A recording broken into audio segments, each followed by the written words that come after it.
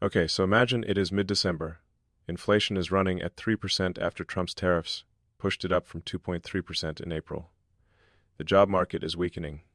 Millions of Americans are worried about holiday shopping costs and housing expenses, and Trump holds a White House address to announce he is sending $1,776 checks to 1.45 million service members before Christmas. He calls it the warrior dividend, says the money comes from tariffs, and frames it as honoring military sacrifices, while also trying to reassure the public about the economy. Quote, "We made a lot more money than anybody thought because of tariffs, and the bill helped us along.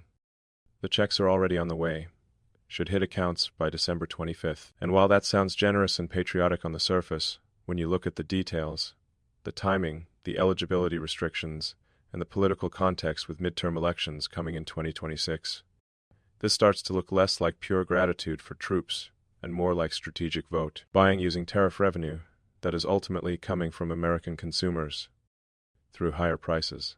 Not that the troops don't deserve bonuses. They absolutely do. But understanding what is actually happening here versus what Trump is claiming requires breaking down the mechanics, the eligibility, and the politics. So today, I want to explain exactly who qualifies for this warrior dividend, and critically who doesn't, including why veterans are excluded, where the $1,776 actually comes from, and whether tariff revenue is really free money or just a tax by another name, how this compares to previous stimulus checks under Trump and Biden, and whether the amounts tell us anything, why the timing right now, with midterms approaching, and inflation concerns and economic anxiety is particularly convenient politically, and whether troops receiving this money should be grateful for a bonus or skeptical about being used as props in an economic messaging campaign. Because by the end you are going to understand this announcement isn't just about supporting military. It is about Trump needing a political win heading into an election year, when his approval numbers are shaky, and his tariff policies have contributed to inflation increases that are hurting his support with voters. The warrior dividend is real money that will help service members, but it is also political theater designed to change the subject from economic problems to patriotic support, and distinguishing between those two purposes matters. Let's start with the basic facts, because who qualifies is narrower than Trump's announcement suggests. The warrior dividend goes to active duty and reserve members ranked 06 or below, who have been on active orders for at least 31 days, as of November 30th, 2025. 06 is Colonel in Army, Air Force, Marines, or Captain in Navy. So this covers everyone from enlisted personnel up through mid-level officers, but excludes generals and admirals. The 31 days active orders requirement means reserves must have been activated recently, not just drill weekends. And critically, veterans do not qualify. If you served honorably for 20 years and retired, you get nothing. If you are currently on active duty, you get $1,776. Now why does that matter? Because when Trump announces this, he frames it as honoring military service and sacrifice. But the actual policy definition excludes millions of veterans who arguably have already made their sacrifices, some with permanent injuries or PTSD, and focuses only on currently serving members. That is a choice. Trump could have included veterans. The cost would be higher. But veterans are a huge voting bloc and generally lean Republican. Excluding them suggests this isn't primarily about honoring service. It is about targeting currently serving members who are younger, more diverse politically, and less reliably Republican than veterans. And there is a practical political calculation here. Active duty service members are spread across bases in swing states and districts. Getting them checks before Christmas creates positive associations with Trump, right? As they're heading home for holidays to talk with family and friends. Veterans are older, already mostly decided politically, and including them would triple or quadruple the cost without the same marginal political benefit. So the eligibility rules reveal priorities. This isn't comprehensive military support. It is targeted political spending aimed at a demographic that Trump thinks he can win over, or at minimum, neutralize politically. Now, does that make the bonus bad? Not necessarily.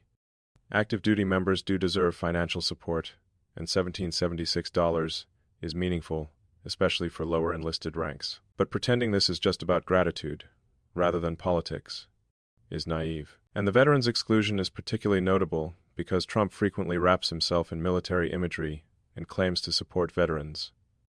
Yet when it comes to actually spending money, veterans get left out, while active duty members who can provide more immediate political benefit get checks. The delivery mechanism also matters.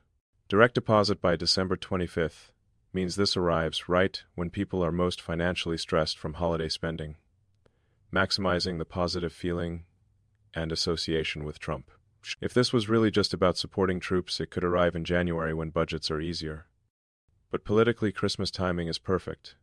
People remember gifts, especially unexpected ones. And Trump is gambling that service members receiving $1,776 before Christmas will feel grateful, will tell others, and will be less likely to blame him for inflation or economic problems, because they just got a bonus. Now let's talk about Trump's claim that this money comes from tariffs and what that actually means. Trump said, quote, "We made a lot more money than anybody thought because of tariffs." On the surface, that sounds like tariffs are this brilliant revenue generator, free money from foreign countries that we can distribute to Americans. But that is not how tariffs work, and this is critical to understand. Tariffs are taxes on imports paid by U.S. companies that bring goods into the country. Those companies then typically pass the costs to consumers through higher prices. So tariff revenue isn't money extracted from China or other countries. It is money extracted from American consumers and businesses buying imported goods. When Trump collected, let's say $10 billion in tariff revenue and uses some of that to fund the warrior dividend, he is essentially taxing Americans through higher prices, then giving some of the tax revenue back to a specific group. That is wealth transfer from consumers to service members, not free money from foreigners. And here is the kicker. The consumer price index is now growing at 3% per year, up from 2.3% in April, when Trump introduced his Liberation Day tariffs. That increase is partly due to tariffs raising prices on imported goods. So Americans are paying more for everything from clothes to electronics to food with imported ingredients, generating tariff revenue that goes to the Treasury. Trump then takes some of that revenue and sends checks to service members claiming he is being generous with tariff money. But the tariff money came from those same Americans paying higher prices. It is like someone taking $20 from your wallet, giving you $5 back, and expecting you to be grateful for the $5 gift. You are net negative $15, but the person who took your money is acting like a hero for giving you a fraction back. Now obviously service members who receive the warrior dividend are benefiting. They're getting $1,776 they wouldn't otherwise get. But in aggregate, Americans are paying more in higher prices from tariffs than the total warrior dividend payout. The math doesn't favor consumers, and Trump's messaging obscures this. By saying the money comes from tariffs, he is implying it is painless, that it didn't cost Americans anything. But it did. Every family buying goods affected by tariffs paid more. That additional cost went to tariff revenue. Some of that revenue now goes to troops. But the broader population is still net negative from the tariff policy. Trump is using selective distribution of tariff revenue to create political winners, service members getting checks, while diffusing the costs across millions of consumers who each pay a little more, but don't see it as directly. That is politically savvy, but economically it is just redistribution with extra steps and a lot of messaging about how generous the redistribution is. Now, this isn't the first time Trump has sent checks to Americans, and looking at the pattern tells you something about his political instincts. During the coronavirus pandemic in 2020, Trump sent $1,200 stimulus checks to all U.S. taxpayers.